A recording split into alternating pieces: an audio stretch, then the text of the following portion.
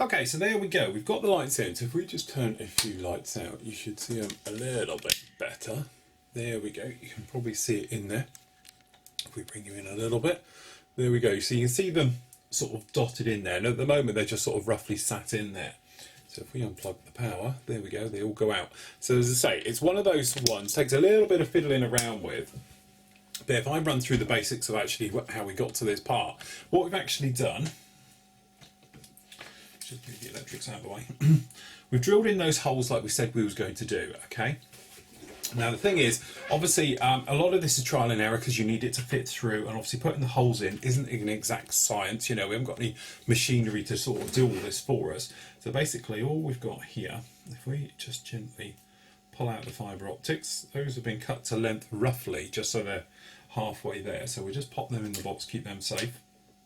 So as I say, we've rounded out those big holes in here. Now as I say, we've got decals, so what we're going to do is stick the decals onto little bits of clear acetate, clear plastic, okay, and then sit them in there so that way they'll be nice and backlit because they're green, okay. And there's that one. So we've got the radar warning receiver at the top, is that little hole at the top, artificial horizon down the bottom there. They're the main ones that are lit. And then obviously we've channeled out, you can probably see there, little bits in there, one for the top one and then 3 holes at the bottom. That's just so the cables then can come out. And if we poke the top on, we've made a little channel just in the rear one here, just here, so the cables can come through then, because obviously those LEDs are going to be situated just in here, just like that, feeding the light through for absolutely everything. The rear one as well, we've made a bit of progress on. Same thing again, we've made a hole in the top for the top one, and then 2 for the middle ones, and then a little one as well just down the back there.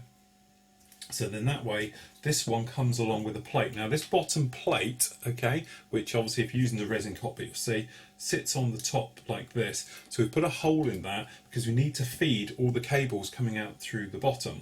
So that is going to sit roughly like this. Now this is where we're going to have to make a slight difference. See, that's going to sit on just on the top here. They're going to come down here. Now you've got the back of the box for the ejector seat rail is going to come up the back here. So between the two, don't worry about that hole because you're not going to see anything. And that hole there is actually for the actual ram system which holds the canopy up as well. So you won't have I don't think you're going to be left with a big hole there because you won't by the time it's in. Now because that seat is all forward coming forward, we can feed the cables in through the back.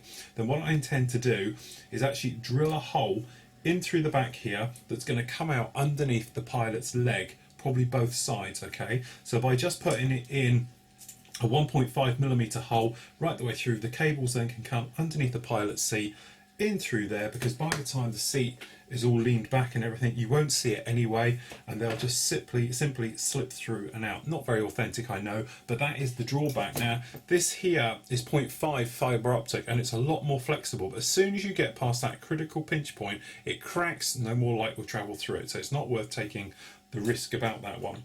So what we're going to do now is drill the holes through, get the seats off of their bases so we can test fit to make sure they're all nicely hidden away. I've got the pilot's leg which is going to hide anything you're going to see, but you're not going to see anything anyway. And what we can do is then test fit, bring it all together, get the electrics all in there to make sure it's all going to fit, it's going to happen, it'll still fit in its tub and everything else like that. Okay, so with a lot of juggling around, and I'll talk you through it in a moment, but whilst we have it all on and working, let's show you what we got. So if we just kill a few lights here around the place, you might be able to see this a bit better. So what we've actually got is, he says, if we can get the wiring in, let me just put some tape on the top to hold the live on. So actually what we've got down here, as you can see, we've got 2 LEDs and we've got the front, that's going to be the nose wheel, that one down there. But if we just literally, for the moment, crimp these together and then slowly thread them in. So we're just bunching them together for the minute. And obviously what we'll do, we'll clean up the ends to make them a little brighter and things like that.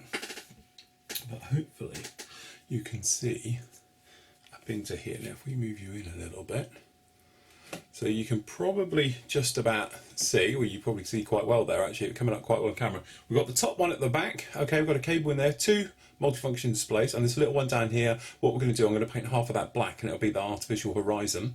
And then down the front end you can see two multifunction displays, again artificial horizon. And then there should be another one which isn't on. Actually, I haven't threaded that one through. There's another one, tiny one, up here for the radar warning receiver. You can just see a little bit of light coming out of that one as well. So that is really about it. And what we'll do is obviously we'll brighten them up and everything else like that.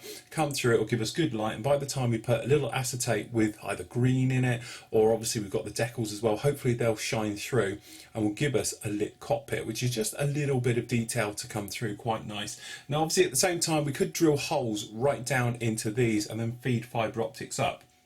Only trouble is with that, as we spoke about before, it's literally just a case of some light, there'll be light, okay, it's just literally a case of having to feed it through and everything else like that, and obviously there isn't a great deal of room on here. Sorry about the funny colour, that should go in a moment. Okay, so let's just unplug that and talk about how we got to this stage. Now obviously we're dealing with resin, so please be careful with old resin dust and things like that, but in a nutshell, as you can see as I start to dismantle this, what we've actually done is basically, I'll show you in here what I'm going to do in a second.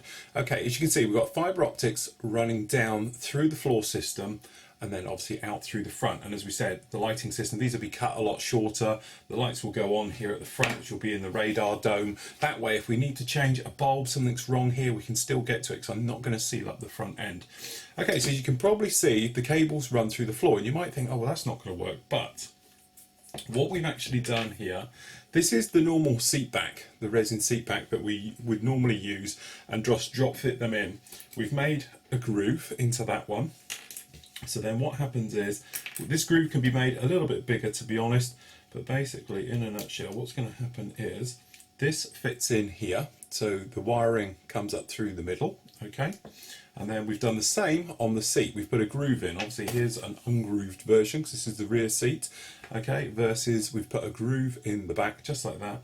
And then what happens is, if we can slide them in, this will then just go in, slide in, and then obviously it needs to be glued, but it all pushes in very nicely, and we've still got all the lighting and cable, so it runs under the seat. And as you can see, you've got nothing in the front here where you can see any of it, because it actually goes through where the seat goes to anyway here at the front, so you can't see it. And also we're going to have a pilot figure in here, so that's going to hide it even more. So that really takes care of that little setup. Now if I undo these gently so you can see,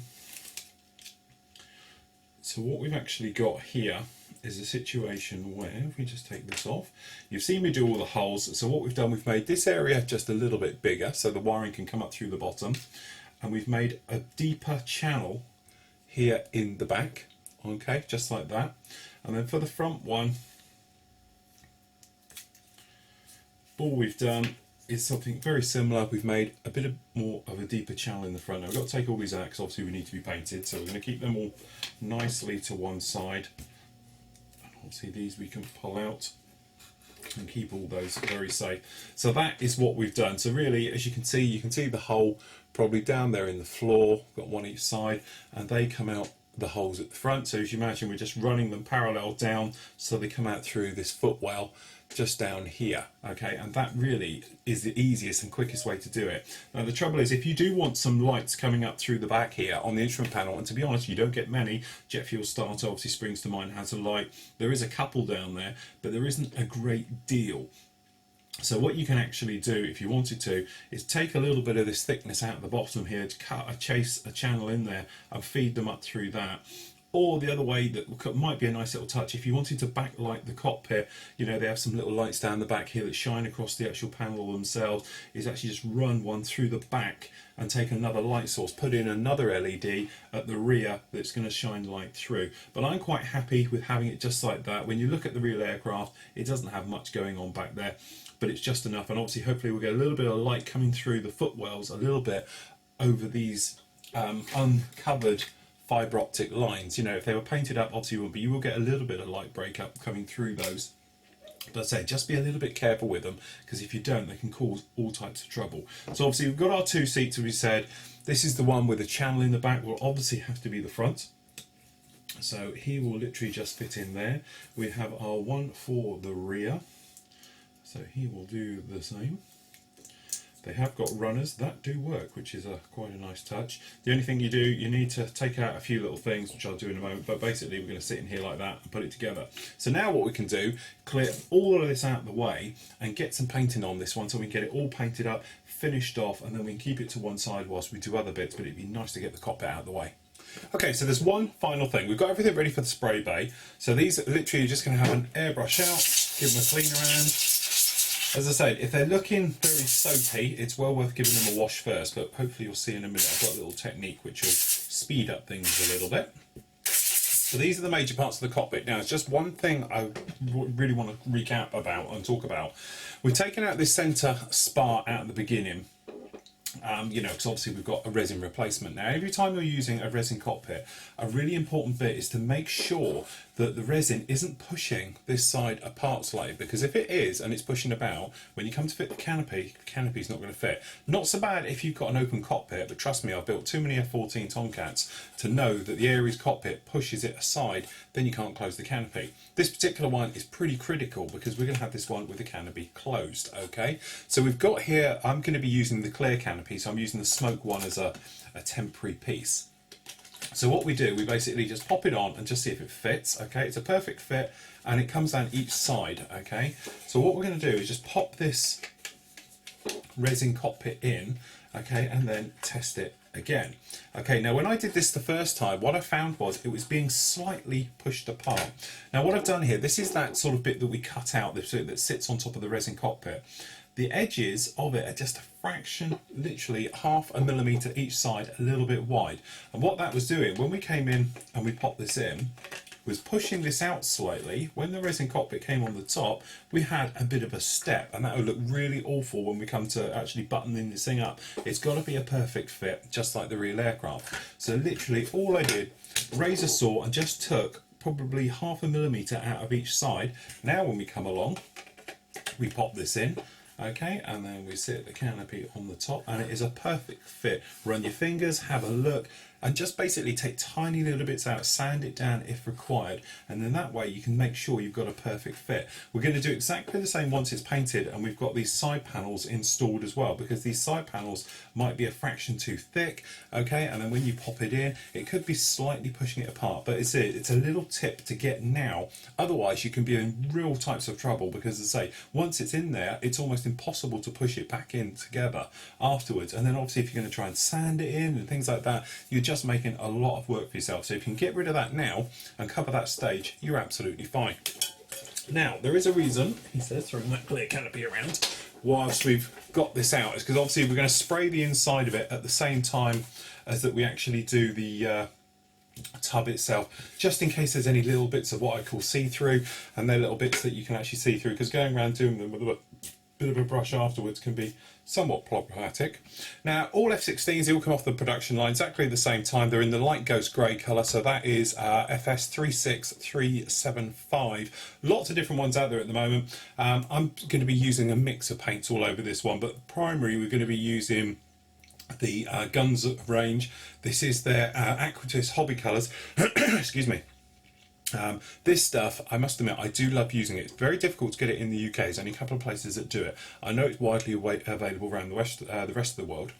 But the great thing about this is it dries hard as nails. Normal acrylics are very easy to wear down on scratch and things like that. This stuff dries rock hard. Only trouble is it takes a bit longer to dry. It's almost like an enamel. It smells like an enamel as well. It's a little bit more smelly than your standard Tamiya or Valeros and things like that acrylics.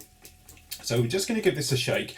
Now there's a little technique for spraying cockpits, and I'll show you obviously the full build of this one. Now I know a lot of people will come along and they'll mask up this and do everything else. I tend to do it by brush, it's just a purely thing. We can show different versions of doing it. Obviously it's quite easy on a scale like this. Now the first thing you're going to notice is that I've got no thinners in this whatsoever. A bit of resin dust in here though, so we just get rid of that. Okay, we're going to spray this neat. So paint going in the colour cut. I'm not going to stick tons in this. Okay. And then we just move those out of the way because they're bound to blow anyway. Okay, so we just check our flow. Paint's coming through. Now it's going to struggle, so you're going to need your air pressure up. I've got this one up around about 40 psi.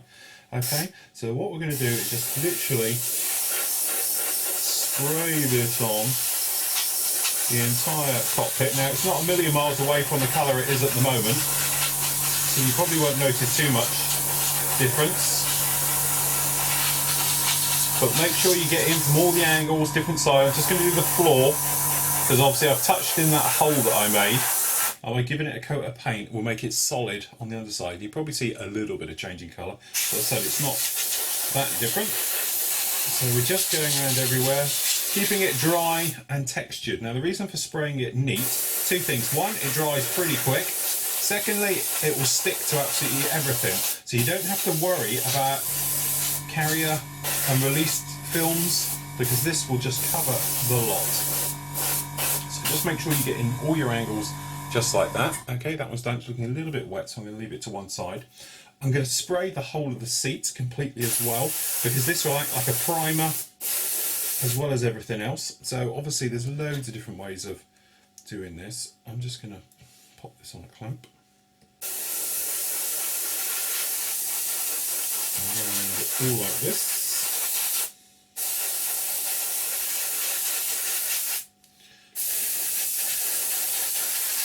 As I say, don't be frightened of it, get in there and give it a good old spray, just the same. So I'm going to go around now and do the same for absolutely everything, including up on the inside in here. The cockpits, these I'm going to stick to some cocktail sticks and spray them up as well. Then we can come back now. I know a lot of people might say, well, you want to weather this up. I'm not going to be weathering this up to look like it's been kicking around for many, many years, like I've done in the past with Phantoms, where I might pre-shade a cockpit first and then come back. It's going to be quite a modern one, very muted, subtle weathering on it. So I'm not going to go to town on heavy weathering, but if you wanted to, you could post-shade this one first, sorry, pre-shade this one first, go along, put your top coat on over the top and move forward like that. So what I'll do, I'll get these bits done. Okay, so as you can see, we've got this masked up. There's no point really showing you because it's one of those real slow, boring jobs. Now, there's two ways to do this. You can either mask it up like this, do a rough job. You know, really, we've just used thin little jammy dog tape, and a lot of times I've actually cut tape down to very thin slivers to put around anyway. Tend to do little squares and then overlap. That way you can get that sort of geometrical shape that the panels are, but it really does help it. In a moment, I'll show you how to do it with just a brush anyway. For doing the instrument panels, because these forward ones, you'd never mask these up. These would take forever to do. Okay, so what we're going to do now, we can spray this. So for this, we're just going to take some normal flat black. So I'm using Tamiya XF1. So we're going to do the combings as well, these instrument panel covers front and rear. And we're going to spray it again neat. Now the reason for doing it neat, as we said before, is to make sure, but also in this case, because it's going down neat, it won't be very wet. And will dry instantly it touches.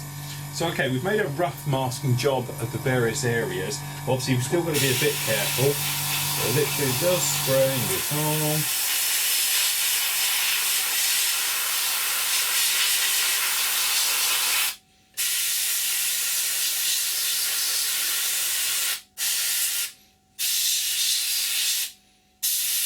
The chances are we will get a little bit of overspray, but to be honest, we're not going to see that anyway.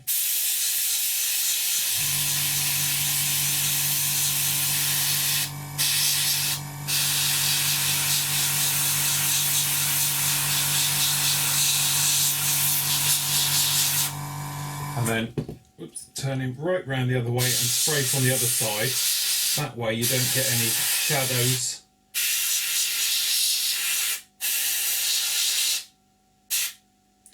I'm just going to spray this top bit up here.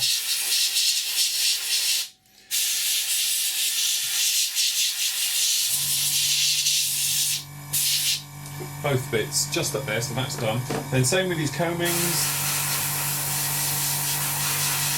Make sure you get them in. It's nice to spray these rather than the brush paint them, because you get a nicer finish, and these are going to be right in everyone's line of sight, so we want them to be very nicely done.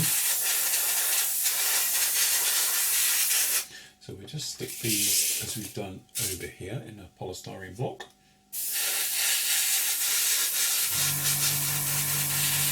So obviously what we do, we'll go around and dry brush these a little bit just to give it a little bit of difference, so it looks nice and brings things to life. And obviously we've got the little radar warning things under here as well, which and caution lights and things, so we can do those.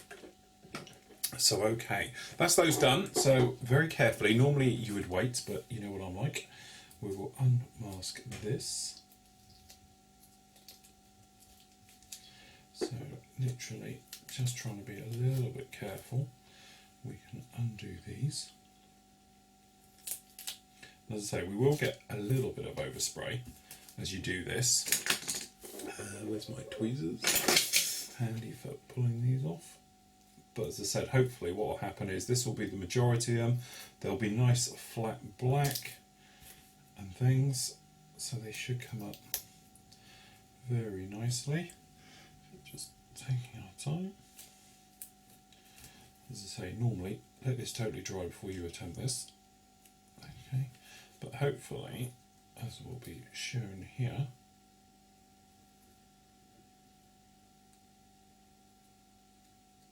we can get these off.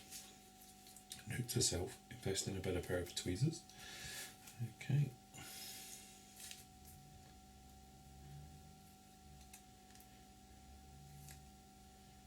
There we go. If we just do the front one, you can see we've got the major panels. These are being totally stuck here.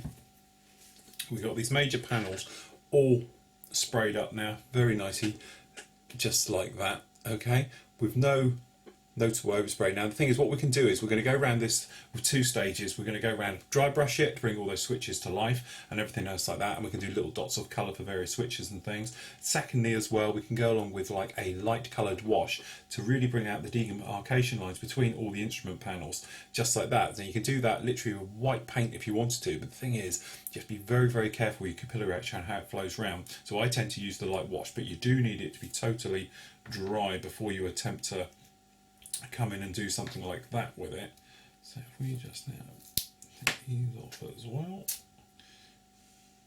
you can show us what we've got. Now if you did have a few areas, like up here, I decided not to do it because I'll do it by brush, because to be honest it's very fiddly to mask around that, and we could probably do it with a quick brush round. But that gives us our rough cockpit done, just like that. But it's nice to spray it because it gives it a very sharp edge to all your lines, everything else. When we come around in a moment and pop round it with a few other little bits and pieces around, just to liven it up again, it will make them even sharper, because obviously we've got to redo the hoses, perhaps in a little bit of green, add a little bit of wiring if we wanted to. And obviously by the time we get the control sticks in there and everything else like that, but we're really starting to come to life now. And by the time these have had a similar job as well, you know, all these parts we've got here in the tree, so we've got armrests and things, so we can paint those as is needed. Things like the ejector seat we'll move on to. Obviously we don't have to worry about our harnesses on that because we've got a pilot, but certainly with the conings as well done, covering them, it will really bring this to life. Okay, so we can do the little bit of brush painting, as we were saying, just down in here. Now, little thing, brushes. I know it's one of those things where you go to your hobby shop and you pick up some brushes, perhaps the old-fashioned Humbrol ones and things like that.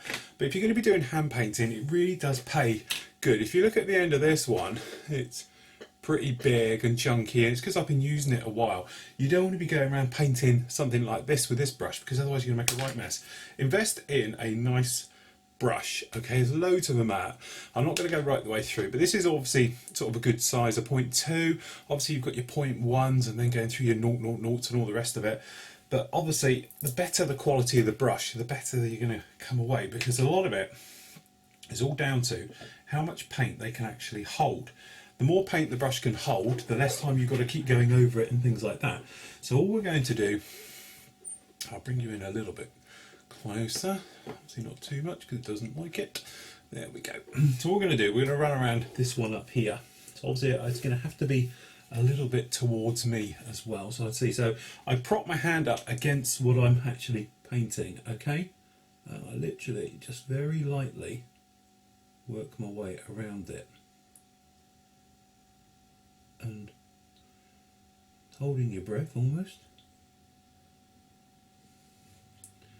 as you go. but just taking your time and painting them in nice and slowly, you know, don't rush in there. And obviously moving it to different angles. But a lot of the technique I use is like flooding, so you touch it and almost dragging the paint round rather than brushing it. So you're not trying to paint a fence here. It's literally like a blob of paint, then I'm sort of following it around as I actually go. So we just do the up front controller, which is always black. And then what we'll do, we'll dry brush the actual keypad to bring it to life. Okay, and then just down in here it's going to be black on the inside. But say check your references, there's some great books out there. I say I'm using the F-16 guide, which is this book here, which is absolutely great because, as I say, you can look at your actual one you're using. Sorry, I've got the paintbrush in my mouth. You can look at the part and say, right, okay, so we come along and we're going to have a look at the up-front controller, as we were saying. I literally look right at it, so it's here. I've got the up-front controller, I know it's black, I know the central area is black. When you're looking at down here, I can tell the sides of it are black, okay, but the floor bit isn't. And that way you can work your way around all your colours, and it's little things like, now you've got a bit of a reflection here, but like here, we've got the backing part where the seat goes into is the actual same colour as the interior, as in that like ghost grey. And you can work your way around and find out exactly what all the colours are for all the areas. So it's just literally a case of taking your time as you're going around it all and just gently flowing in. But as I said, we know this one is black. Okay, so this is black up here, but down the side, bring you in a touch, you see down the side it's not. Okay, so we just do that, but we know the inside of this screen is, so same thing. I say it's these little details. If you can get the little things right, the big things tend to fall into place. Okay, so we're just going to go around those, and we know these in here are as well. Okay, so we've done that, okay, and we've gone around and touched in all the little areas. Now the first thing we want to do is now replace all the switches. So for that, we're just basically going to be using the same grey we did, that light ghost grey.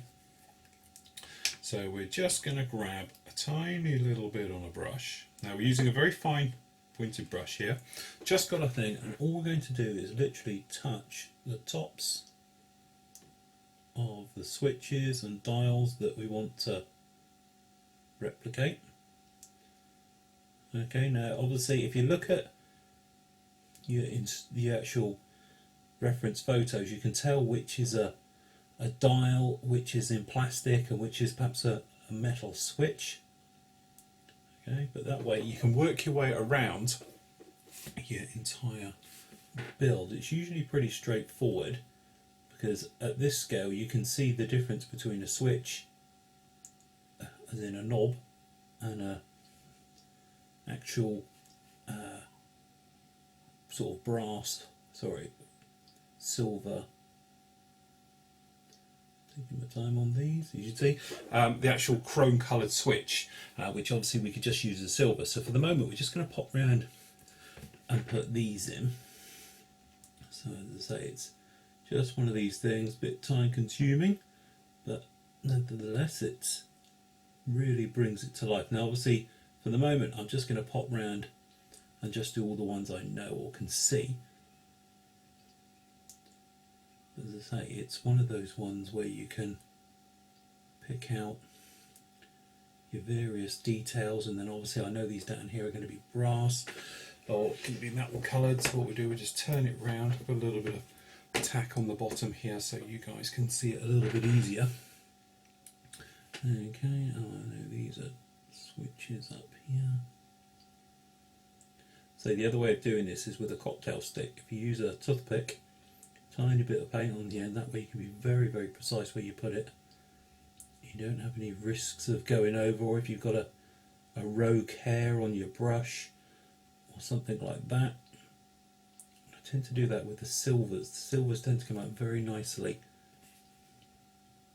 But don't put too much on your brush, otherwise you end up flooding the actual area too much.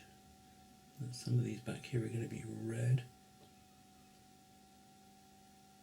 Let's say this is a smarter way than doing it than dry brushing. Dry brushing, you can do this to really bring it to life, but you end up sort of taking some of that worn look to your model as well. We don't want a particularly worn look. We want this one to be pretty much factory fresh, would be nice. So we just do those. And so we've got to go around with some colour ones, but then what you can do is obviously pop around and do them in silver as well. So for that we'll use a little bit of silver paint. I'm not using a bright silver, I'm going to use like a bulk gun metal with citadels, but as I say, use a metal-ish colour. Don't use a chrome because sometimes they can be just a little bit too bright. There again, we're going to do it with a cocktail stick, so we're just going to pick a bit up, knock it off in the cap. And I could say the great thing with these is you can be just scrape them on where you want. Grabbing the right thing, you don't want the silver. But literally you just touch all the ones you want to do.